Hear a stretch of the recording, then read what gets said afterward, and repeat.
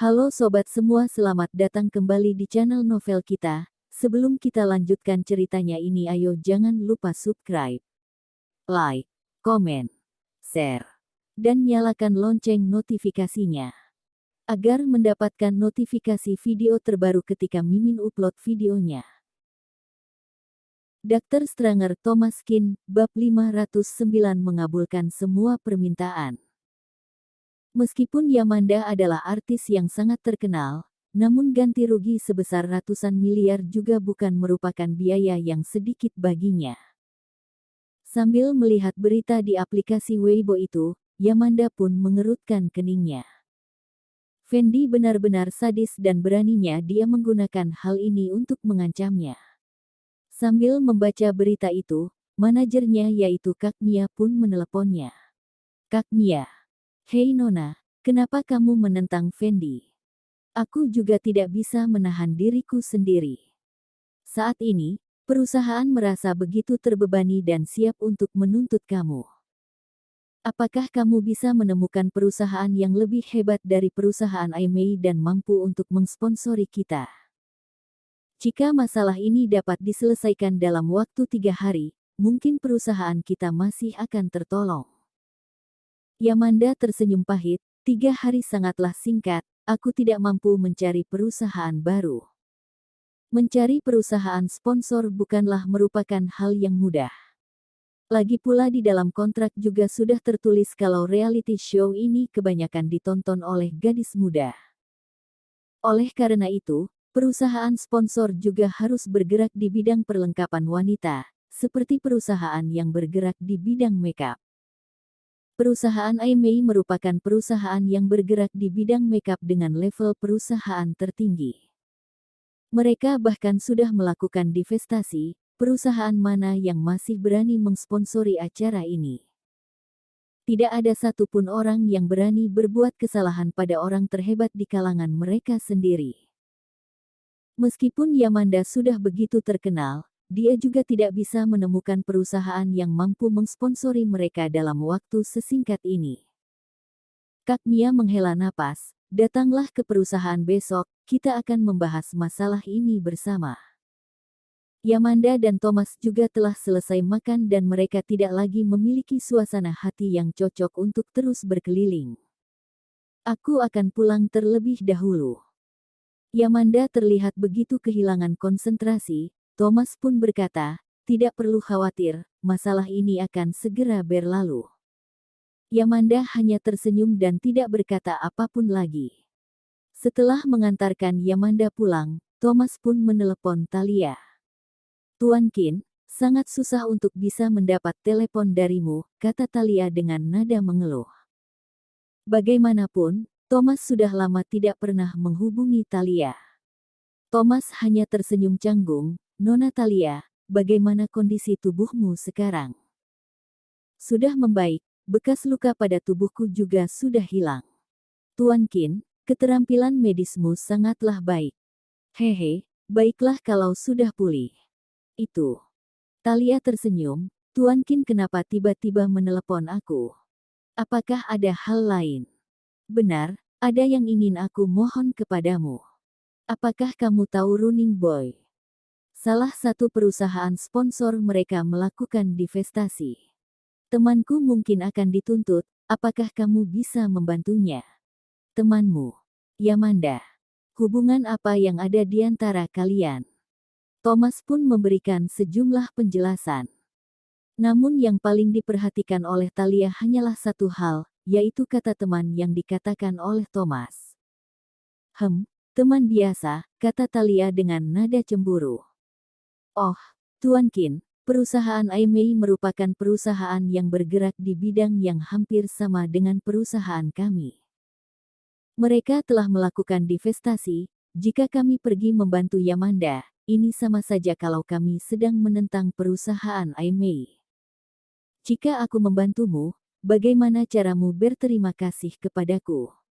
Thomas tersenyum, aku akan mengabulkan semua permintaanmu. Baik. Mari kita membuat kesepakatan atas perkataanmu ini. Setelah mengatakan itu, Thalia pun menutup panggilan tersebut. Thomas meraba hidungnya sendiri dan dia tidak bisa menebak apa yang sedang dipikirkan oleh wanita itu.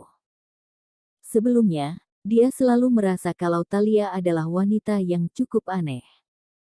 Dia sama sekali tidak bisa menebak apa yang akan dilakukan oleh Thalia ke depannya. Namun setelah dia mengenal Thalia, dia merasa Thalia memiliki pemikiran yang aneh dan berbeda dengan orang lain. Keesokan harinya, Yamanda pun tiba di perusahaan dengan suasana hati yang murung. Setelah masuk ke dalam perusahaan, semua orang pun mendaratkan pandangan ke arahnya. Semua orang memasang ekspresi yang aneh dan mereka menatap Yamanda menggunakan tatapan seperti memandang anjing yang kehilangan rumah. Dr. Stranger Thomas Kin, bab 510 jatuh. Dulunya, semua orang akan menyapa Yamanda dengan ramah ketika melihat Yamanda kembali ke perusahaan. Mereka biasanya akan terus menyapa Yamanda, karena bagaimanapun Yamanda adalah salah satu artis yang terkenal di agensi mereka. Semua orang harus bersikap hormat kepadanya. Namun kini sudah berbeda, Kak Yamanda membuat kesalahan kepada bos besar di industri kecantikan. Meskipun dia merupakan artis terkenal, namun dia tetap saja tidak sehebat bos besar itu. Kali ini, agensi mereka sepertinya tidak lagi mampu untuk menolongnya. Yamanda harus mengganti rugi segala kerugian yang ada dan karirnya yang selama ini ia bentuk akan menghilang secara perlahan. Relasi yang dimiliki para bos besar tidak semudah yang dipikirkan. Jika membuat kesalahan kepada mereka, maka kedepannya dirinya akan kehilangan kedudukan di dunia hiburan ini. Oleh karena itu, di dalam mata mereka, Yamanda bagaikan seekor anjing yang terjatuh ke dalam air dan akan segera mati. Dia kemungkinan akan keluar dari dunia hiburan, oleh karena itu, tidak ada lagi orang yang ingin bersikap segan padanya. Wah, bukankah ini adalah Kak Yamanda? Selamat datang, biasanya kamu jarang datang ke perusahaan, kenapa kamu tiba-tiba berkunjung ke sini? Ada hal penting seperti apa yang bisa membawamu ke sini? Kata seorang wanita yang berdiri di depan Yamanda dan wanita itu memasang ekspresi wajah yang penuh hinaan. Wanita itu bernama Yani, dia merupakan seorang penyanyi yang tidak begitu terkenal. Saat ini, dirinya memiliki jalan karir yang hampir sama dengan Yamanda. Waktu itu, dirinya bisa dikenal orang banyak karena dirinya meniru gaya-gaya Yamanda. Jika Yamanda terjatuh, maka artis selanjutnya yang akan terkenal adalah Yani. Oleh karena itu, Yani sangatlah berharap Yamanda bisa dikeluarkan dari agensi mereka. Yamanda menatap Yani dengan tatapan yang dingin, "Kenapa? Apakah kamu senang melihatku seperti ini?" Yani tertawa keras, "Haha, Kak Yamanda, kenapa kamu berkata seperti ini? Bagaimana mungkin aku bahagia di atas penderitaanmu? Aku hanya merasa karma itu selalu ada. Sebagian orang bisa berjaya sementara waktu, namun tidak ada yang tahu bagaimana akhir hidupnya nanti. Bukankah begitu, Kak Yamanda?" Sikap Yani yang merasa bahagia di atas penderitaan orang lain memanglah membuat Yamanda merasa tidak begitu senang. Namun dunia hiburan memanglah seperti ini, artis yang sudah terjatuh pastilah akan merasa sulit untuk bangkit kembali. Kenapa kalau Yamanda adalah artis terkenal? Dia tetap saja akan terjatuh setelah melakukan kesalahan pada bos besar. Meskipun kedepannya ada yang ingin mendukungnya, dia pastilah akan merasa begitu sulit untuk kembali bangkit. Dunia hiburan memanglah seperti ini, sangat sulit untuk bangkit kembali. Yamanda tersenyum dingin, "Yani, meskipun nantinya aku jatuh, kamu juga tidak bisa naik untuk menggantikan kedudukan aku. Apakah kamu merasa kamu layak?" Setelah mengatakan itu, Yamanda pun tersenyum dan berjalan melewati sisinya.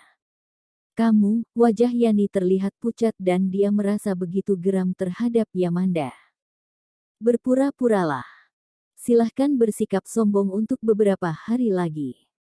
Setelah masuk ke dalam ruang rapat, Seluruh artis dan juga manajer di agensi itu sudah berada di sana.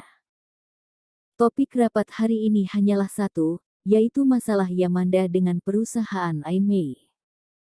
Kata Direktur Su sambil mewakili perusahaan untuk membacakan beberapa keputusan yang telah mereka buat. Kak Mia duduk di sebelahnya dengan ekspresi wajah yang terlihat begitu buruk. Mungkin dia sudah mengetahui hasil akhir rapat ini. Direktur Su mengangkat kepalanya dan menatap Yamanda. Tatapannya terlihat begitu tidak berdaya. Bagaimanapun Yamanda sudah bekerja di perusahaan ini selama beberapa tahun.